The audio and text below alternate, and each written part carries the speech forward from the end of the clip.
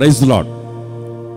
Hosanna ministry తరపున మీ అందరికీ శుభాభివందనాలు తెలియజేస్తున్నాను. దానియేలు ఆత్మీయ జీవితంలో ఉన్న ఉన్నతమైన ఒక 15 అనుభవాలు మీకు నేను చెప్పాలని ఆశపడుతున్నాను. దానియేలు మొట్టమొదటిగా అతను దేవుని సంబంధి, అతను దేవుని బిడ్డ. వాళ్ళ దేశంలో అందరికీ తెలుసు అతను దేవుని బిడ్డ అని. అతను దేవుని బిడ్డగా ఉన్నాడు. రెండోదిగా అతను పవిత్రతను కాపాడుకునే వ్యక్తి.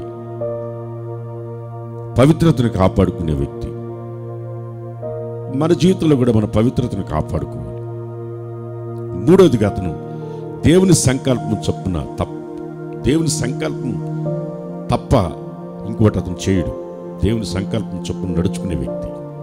నాలుగోదిగా చాలా ధైర్యం కలిగినవాడు. దానియేలు చాలా ధైర్యం కలిగినవాడు. నువ్వు కూడా ఆధైర్యపడకూడదు, ధైర్యంగా ఉండాలి. ఐదవదిగా అతను ఒక విశ్వాసం కలిగిన వ్యక్తి. మన విశ్వాసం కలిగి ఉండాలి. ఆ విశ్వాసం ఎప్పటికీ కాకూడదు. అతడు చాలా జ్ఞానం కలిగిన వ్యక్తి దానియేలు. మనం కూడా దైవికమైన జ్ఞానం కలిగి ఉండాలి. అతను చాలా జ్ఞానం కలిగిన వ్యక్తి.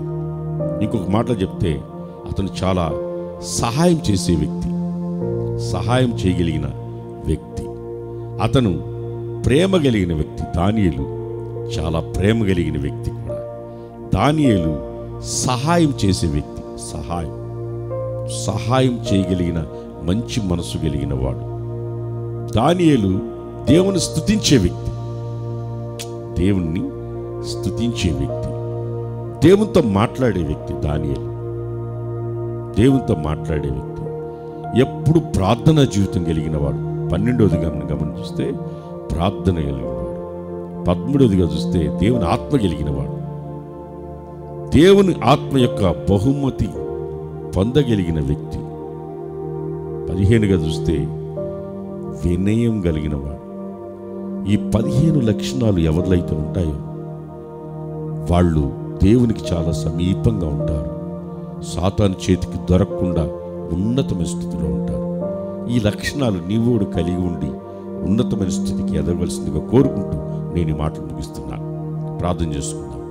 స్తోత్రం తండ్రి. నాయన, దానియేలు ఆత్మీయ జీవితంలో ఉండే అనేకమైన రహస్యాలు మాకు తెలియజేశారు.